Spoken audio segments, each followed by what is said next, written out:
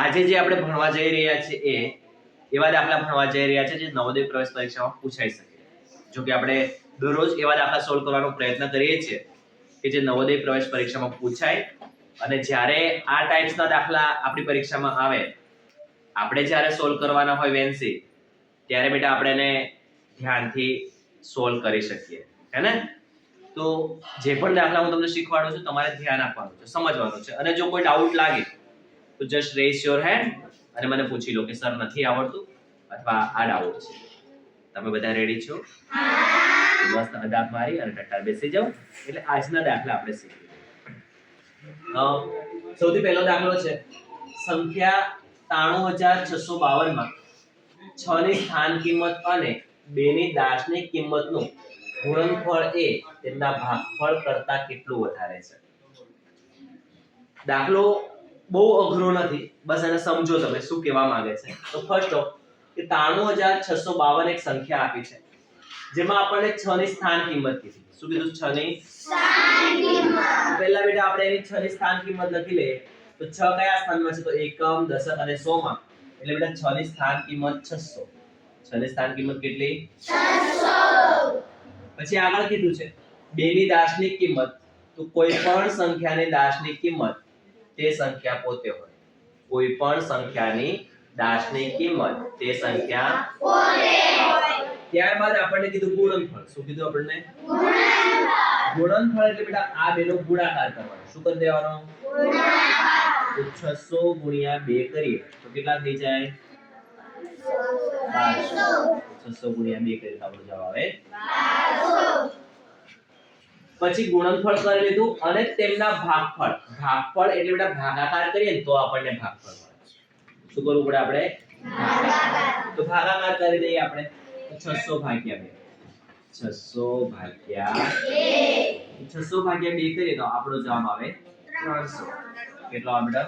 300. હવે તેમના ભાગફળ કરતા કેટલું વધારે છે આવું પૂછે કોઈ દાખલામાં. કેટલું વધારે છે? કોઈ સંખ્યા એક સંખ્યા કરતા કેટલી વધારે છે, કેટલી ઓછી છે, તફાવત કેટલો છે, અંતર કેટલું છે, ફરક કેટલો છે, આ પ્રકારનો કોઈ પણ દાખલો આવે તો આપણે કરવાની બાદબાકી. શું કરવાનું બેટા? બાદબાકી. તો અહીંયા કીધું છે આપણને કે ભાઈ કેટલું વધારે છે તો આપણે બાદબાકી કરી દેવાનું. એટલે આપણને આમ જોઈને બી ખબર પડી છે કે ભાઈ ગુણનફળ એ 1200 છે અને ભાગફળ એ 300 છે. 300 કરતા પેલું કેટલું વધારે છે? કેટલું? 900. સિમ્પલ છે, મતલબ ડાયરેક્ટ પણ આપણને ખબર પડી જાય. પણ આપણે અહીંયા ગણતરી કરી દઈએ તો ભાઈ 1200 એ 300 કરતા કેટલા વધારે છે. જો ના ખબર પડે તો બાદબાકી કરો, અને જો ખબર પડી જાય છે કે ભાઈ 1200 એ 300 કરતા 900 વધારે છે તો બસ કોઈ ઇશ્યુ છે નહીં, બાદબાકી કરવાની પણ જરૂર નથી. નવોદયમાં જ્યારે આ દાખલો પૂછે ત્યારે ફટાફટ તમે શું કરી શકો? તો ફટાફટ લખી દો સ્થાન કિંમત, દાશની કિંમત, ગુણાકાર કરી દો અને પછી ભાગફળ પણ કરી દો. એટલે આપણો ઓલમોસ્ટ દાખલો પતવા આવે. અને પછી કેટલું વધારે છે? બે સંખ્યા જોઈ લેવાની, એક 1200 છે અને બીજી 300 છે. કેટલી વધારે છે? 900. બોલો મને સમજાય છે દાખલો? ખબર પડે છે બેટા? આવી રીતે આપણે દાખલા ગણી શકીએ છીએ. એટલે આપણો સાચો ઓપ્શન સી થઈ જશે. કયો થઈ જશે? Option C. તો પરીક્ષામાં જ્યારે આપણે OMR ભરીએ ત્યારે ખાસ એ ધ્યાન રાખવાનું કે માની લો કે પહેલા નંબરનો પ્રશ્ન હોય તો OMR માં પહેલા નંબરમાં જ સી કરવાનું. ખબર પડી ગઈ બધાને? હા. આટલો આપણે ધ્યાન રાખવાનું. ત્યારબાદ બીજા નંબરનો દાખલો છે. આને કહેવાય બેટા વર્ગમૂળ x અને વંચાય. જો કે વર્ગ અને વર્ગમૂળ આપણે ભણ્યા છે, પણ છતાંય જો તમને એમ લાગતું કે આ ભાગા, જે નવા બાળકો છે કદાચ એમ લાગે કે આ શેનું ચિહ્ન છે, તો આને કહેવાય વર્ગમૂળ. આ ભાગાકાર નથી. આ ભાગાકાર નથી. ભાગાકાર ક્યાં છે? તો ભાગાકારનું ચિહ્ન બેટા આ રહ્યું. એક આડો લીટો અને ઉપર નીચે ટપકા, ઉપર નીચે ટપકા. તો આ છે આપણું ભાગાકારનું નિશાન. સમજાઈ ગયું બધાને? હા. ભાગ્યા કેટલા આપ્યા? 441. કેટલા આપ્યા? 441. તો છેદમાં આ ભાગાકાર કરી દઈએ આપણે 441. વર્ગમૂળમાં 441 બરાબર આપણને આપ્યા છે 2. કેટલા આપ્યા છે? 2. આપણને શોધવા કીધું છે x. શું શોધવા કીધું આપણને? x શોધવા માટે શું વિચારવાનું તમારે? તો ધ્યાન રાખજો અહીંયા બેટા વર્ગમૂળ છે. શું છે? વર્ગમૂળ. જો તમે આ બંનેમાંથી વર્ગમૂળ કાઢી દો ને તો તમારા માટે થોડો દાખલો ઈઝી થઈ જાય. કેમ? સમજાવો. આમાંથી વર્ગમૂળ નીકળી જાય એટલે x થઈ જાય, ધ્યાન આપજો અહીંયા. આમાંથી વર્ગમૂળ નીકળી જાય એટલે 441 થઈ જાય. પછી આપણે x શોધવા હોય તો શું કરીએ? ભાગાકાર વાળા 441 ને સામે મોકલી દેવાના એટલે શું થઈ જાય? ગુણાકાર. શું થઈ જાય બેટા? તો બસ આપણને x મળી જાય. તો 441 ભાગાકારમાં છે અને સામે લઈ જઈએ તો આપણો જવાબ આવી જાય. પણ શું ધ્યાન રાખવાનું? અહીંયાથી વર્ગમૂળ દૂર કરવું પડે. અને વર્ગમૂળ એમનેમ દૂર ના થાય, ટ્રીક યાદ રાખો. તો વર્ગમૂળ દૂર કરવા માટે શું કરવાનું? તો વર્ગ કરી દેવાનો. શું કરી દેવાનો? તો જ્યારે આપણે વર્ગ અને વર્ગમૂળ ભેગા હોય ત્યારે વર્ગ અને વર્ગમૂળ જે હોય, માનો કે અહીંયા વર્ગમૂળ છે, આપણે એનો વર્ગ કરી દઈએ ને તો અહીંયાથી વર્ગમૂળ નીકળી જાય. પણ કેવું હોય બેટા? આ સાઈડ એકલી બાજુ આપણે વર્ગ ના કરી શકીએ, આપણે સામેની બાજુ પણ વર્ગ કરવો પડે. તો આપણે બંને બાજુ વર્ગ કરી દઈએ. જુઓ છે તો આ બાજુ વર્ગ કરી દઈએ પહેલા. તો અહીંયા થઈ જાય વર્ગમૂળ x નો વર્ગ અને અહીંયા થઈ જાય વર્ગમૂળમાં 441 નો વર્ગ. બરાબર, સામે પણ આપણે વર્ગ કરવો પડે એટલે અહીંયા થઈ જાય 2 નો પણ વર્ગ. રેડી? હવે શું થઈ જાય? તો બેટા વર્ગ અને વર્ગમૂળ ભેગા હોય ને તો વર્ગ અને વર્ગમૂળ નીકળી જાય. વર્ગ અને વર્ગમૂળ નીકળી જાય. કેટલા વધ્યા આપણી પાસે? તો x ના છેદમાં 441 બરાબર. અહીંયા ભૂલવાનું નહીં, આપણે વર્ગ કર્યો છે એટલે 2 નો વર્ગ 2 ગુણ્યા 2 એટલે 4. ઠીક છે? હવે આની વારી આવી તો x બરાબર 4 તો છે જ, ભાગાકાર વાળા 441 નો આપણે કરી દેવાનો ગુણાકાર. શું કરી દેવાનું? ગુણાકાર. હવે જો આપણે એનો ગુણાકાર કરીએ x બરાબર કેટલા? તો 4 એકા 4 ચોક 16 નો છગડો વધી 1 4 ચોક 16 ને 1 17. x ની વેલ્યુ આપણને મળી 1764. કેટલી મળી? 1764. અને સાચો ઓપ્શન બીજા નંબરમાં આપણો ડી થઈ ગયો. કોનો થઈ ગયો? Option D. મતલબ શું યાદ રાખવાનું? એક કે જો બંને વર્ગમૂળ છે તો વર્ગમૂળ દૂર કરવા માટે વર્ગ કરવાનો. શું કરવાનું બેટા? પહેલા વર્ગ કર્યા પછી આ બાજુ વર્ગ કરો તો પેલી બાજુ પણ વર્ગ કરી દેવાનો. અને x શોધવો હોય તો એની આજુબાજુ વાળી સંખ્યા અત્યારે ભાગાકારમાં છે તો સામે મોકલી દેવાની, ગુણાકાર થઈ જાય. શું થઈ જાય? ગુણાકાર. સમજ પડી બધાને? આ પ્રકારનો દાખલો આવે એને આપણે આવી રીતે સોલ્વ કરી શકીએ. હવે જુઓ જરાક આ દાખલો કે ભાઈ 3/2 + 9/4 + 15/8 ને સમતુલ્ય દશાંશ સંખ્યા કહે છે. એટલે આ જે આપણને અપૂર્ણાંક વાળી સંખ્યા આપે છે એ આખી સંખ્યાને આપણે સાદુરૂપ આપી અને આવી રીતે પોઈન્ટમાં લાવવાની છે. શેમાં લાવવાની છે? પોઈન્ટમાં. તમે બધા રેડી છો? બધાને જોવાય છે બોર્ડમાં? ચાલો ધ્યાન આપો. તો સૌથી પહેલા જ્યારે આ સંખ્યાને સાદુરૂપ આપવું હોય તો બસ એક રીત વિચારવાની બેટા. શું? તો અપૂર્ણાંક હોય ને અપૂર્ણાંક તો એને છેદ સરખો કરવાનું વિચારવાનું. શું કરવાનું વિચારવાનું? છેદ સરખો. તો જોઈ લેવાનું અહીંયા 2 છે, અહીંયા 4 છે, અહીંયા 8 છે. જો તમને છેદ સરખો કરતા ડાયરેક્ટ ના આવડે તો 8 4 અને 2 નો લસા લઈ લેવાનો. શું લઈ લેવાનો? લસા. અને જો છેદમાં બધી જ સંખ્યા એક જ ઘડિયામાં આવી જતી હોય તો પછી લસા લેવાની જરૂર નથી. ધ્યાન આપજો, ઈઝી દાખલો છે. ઓકે, જો બેટા આના છેદમાં 2 છે, આના છેદમાં 4 છે, આના છેદમાં 8 છે. જો આપણે બધાના છેદમાં 8 કરી દઈએ તો દાખલો ઈઝી થઈ જાય. જેમ કે જુઓ અહીંયા તો 2 છે તો 2 ચોક 8, અહીંયા 4 છે તો 4 દુના 8 અને અહીંયા પણ 8. પછી તો છેદ બધાનો સરખો થઈ જાય ને? છેદ સરખો થઈ જાય તો દાખલો આપણા માટે ઈઝી થઈ જાય. તો થઈ જાય ઈઝી. સૌથી પહેલા બેટા આપણે છેદ સરખો કરવાનું વિચારીએ. ધ્યાન આપજો. આ જે છે 2 છેદમાં 2 છે, અહીંયા જો મારે 8 કરવા હોય તો 2 ચોક 8. ઉપર કેટલા છે? 3. ઉપર કેટલા છે? બેટા નીચે 4 વડે ગુણાકાર કરો તો ઉપર પણ 4 વડે ગુણાકાર કરવા પડે. એ તમારી યાદ રાખો. પ્લસ 9/4 છે. અહીંયા તમારે 8 કરવા હોય તો 4 દુના 8. નીચે 2 વડે ગુણાકાર કરો તો ઉપર પણ 2 વડે ગુણાકાર કરવો પડે. ત્યારબાદ 15/8. ત્યારબાદ 15/8. હવે આની કોઈ જરૂર નથી કે આના છેદમાં ઓલરેડી 8 છે એટલે આપણે એની એક્સ્ટ્રા વધારે ફરીથી આપણે 4 જોડે કે 2 જોડે કે 1 જોડે ગુણાકાર કરવાની જરૂર પડશે નહીં. હવે જો આના છેદમાં 8 થઈ ગયા, આના છેદમાં 8 થઈ ગયા, આના છેદમાં થઈ ગયા 8. તો બેટા જ્યારે બધાનો છેદ સરખો હોય ને ત્યારે એને આપણે એક વાર લખવાનું. કેટલી વાર લખવાનું? એક વાર. ખબર પડી? અને ઉપર વાળું એમ બેટા અંશ એમ 3 ચોક 12 પ્લસ 9 દુના 18 પ્લસ 15. હવે ઉપરનો સરવાળો કરી દઈએ કેટલો થઈ ગયો. તો સૌથી પહેલા છેદમાં 8 ના 8 લેવા દેવાના. 5 ને 8 કેટલા થઈ જશે બેટા? 13 ને 2 15 નો બધી 1 2 3 ને 1 આપણને મળ્યા 45 ભાગ્યા 8. કેટલા મળ્યા? 45 ભાગ્યા 8.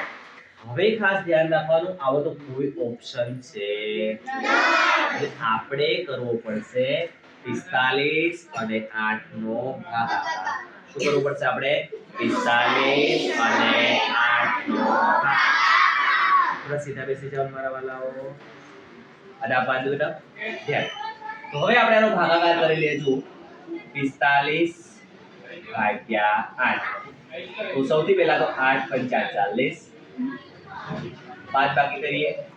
5 વધ્યા. હવે 8 ના કરીએ એમ 5 નહીં આવે એટલે આપણે લઈશું પોઈન્ટ. ફરી બેટા 8 પંચા 40 ને 8 6 48. 8 6 50 માંથી 48 જશે તો કેટલા વધશે? ખાલી 2. પોઈન્ટ લીધો એટલે 1 0 તો મળી જશે. 8 દુના 16. ફરી કેટલા વધ્યા? 4. પોઈન્ટ લીધો છે એટલે 0. 8 પંચા ને 40 તો બાદ બાકી કરીએ તો 0. મતલબ આપણો જવાબ આવે બેટા 5.625. કેટલો આવે? 5.625. તો કયો ઓપ્શન રાઈટ આન્સર છે આપણો? ઓપ્શન આવડી જશે કે ભૂલ પડશે? રેડી બેટા? તો આવી રીતે આપણે આ દાખલો સોલ્વ કરી શકીએ છીએ. આપણે 3 દાખલા સોલ્વ કર્યા. ઘણા બાળકો એવા હોય છે જે બિલકુલ બેઝિક કાચું હોય એટલે આમાં ઈઝી દાખલા પણ ના આવે. શું કરવાનું હોય આ પ્રકારના દાખલામાં? તો 7 કિલો લીટર અને 40 લીટર. હવે જુઓ તમે અહીંયા બધાનો જવાબ લીટરમાં છે. શેમાં છે? લીટરમાં. ખાલી મગજ લગાવ્યો તો આપણને અડધો જવાબ મળી જાય. બધા જવાબ શેમાં? લીટરમાં છે. શેમાં છે? લીટરમાં. આ 7 કિલો લીટર તો 40 લીટર મતલબ 40 લીટર હોય એવા આ સી ઓપ્શન છે, આ બી ઓપ્શન છે. આ બેમાંથી કોઈક આવી શકે. બાકી 4 litre it's not possible. 40 litre માંથી 4 લીટર થઈ જાય છેલ્લે તો એ શક્ય નથી. મતલબ એ અને સી તો બેટા એમ જ કેન્સલ થઈ ગયા. સમજાય છે? તો બાકી વધ્યો બી કાં તો સી માંથી આપણો જવાબ આવે. હવે યાદ રાખવાનું આ 7 કિલો લીટર છે. કેટલા કિલો લીટર છે? 7. તો 7 કિલો લીટર બરાબર બેટા 7000 લીટર કહેવાય.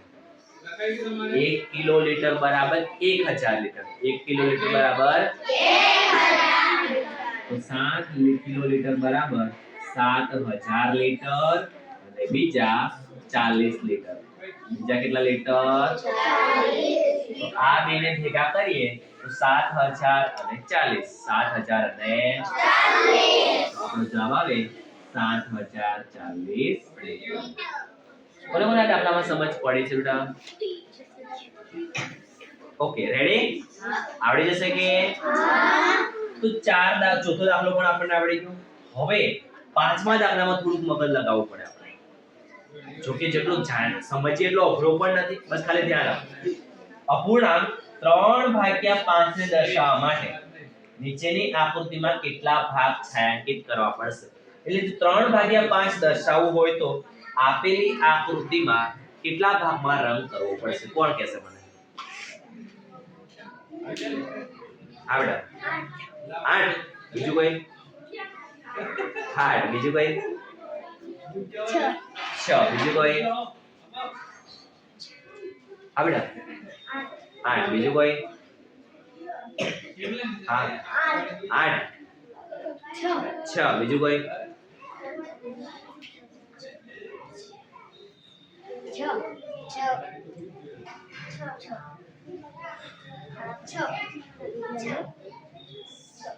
બોલો બેટા. 8. બીજું કોઈ? આ બાજુ 6. બેટા આગળ થશે થોડી. બેટા આગળ જો બેટા સમજાવું, ધ્યાન આપજો. તો ઘણાના જવાબ સાચા પણ છે. ઓકે, ધ્યાન આપજો. 3/5 દર્શાવવા માટે નોર્મલી બેટા કેટલું હોય? કેવું હોય ખબર છે? જો ખાલી 5 જ આકૃતિ હોત ને, કેટલી ખાલી 5 જ આકૃતિ હોત આ જે બોક્સ આપ્યા છે એમાં 5 જ જો ખાલી બોક્સ હોત 1 2 3 4 ને 5 તો આને વંચાય 5 માંથી 3 બોક્સ કેટલા વંચાય 5 માંથી 3 બોક્સ તો કુલ કેટલા નીચે હોય એટલા કુલ 5 ભાગ કેટલા નીચે હોય એટલા કુલ 5 ભાગ ઓકે તો 5 ભાગમાંથી કેટલા ભાગમાં કરવાનો 3 માં કેટલા કરવાનો બેટા આપણે 3 માં કરી દેતા પણ હવે આમાં 3 તો છે જ તો પછી આપણે મગજ લગાવવાનું તો ભાઈ કેટલા બોક્સ કેટલા છે કુલ ગણ્યા તમે લોકોએ 1 2 3 4 5 6 7 8 9 10 ક્યાં છે બાર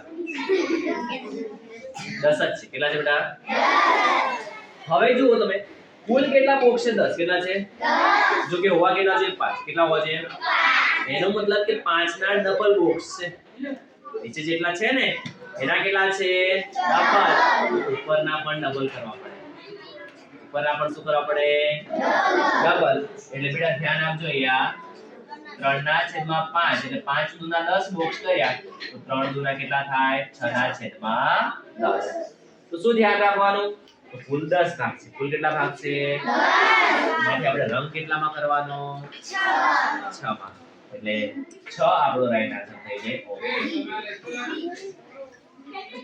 બધાને સમજ પડી છે બેટા નવોદયની પરીક્ષા ખૂબ નજીક છે ત્યારે આપણે બધાએ ખાલી અહીંયા શીખીએ એટલું જ નહીં પણ ઘરેથી પણ 1 2 3 4 5 નવોદય અહીંયા ધ્યાન આપો નવોદયની પરીક્ષા ખૂબ નજીક છે ત્યારે આપણે અહીંયા ભણીએ એટલું જ નહીં પણ ઘરેથી પણ તમારે ઘણી બધી આકૃતિઓની પ્રેક્ટિસ કરવી પડશે ઘણા બધા દાખલાઓની પ્રેક્ટિસ કરવી પડશે અને ઘણા બધા ફકરાઓની પણ પ્રેક્ટિસ કરવી પડશે તો આપણે નવોદયમાં સારી રીતે અને સારા સ્કોર સાથે સારા માર્ક્સ સાથે પાસ થઈ જઈશું સમજાય છે બધાને ઓકે તો આ દાખલા ગણી લો અને તૈયાર કરી દો અને જે બીજા પણ હું દાખલા આપું એ તમે જાતે પ્રેક્ટિસ કરો ઠીક છે બેટા ચાલો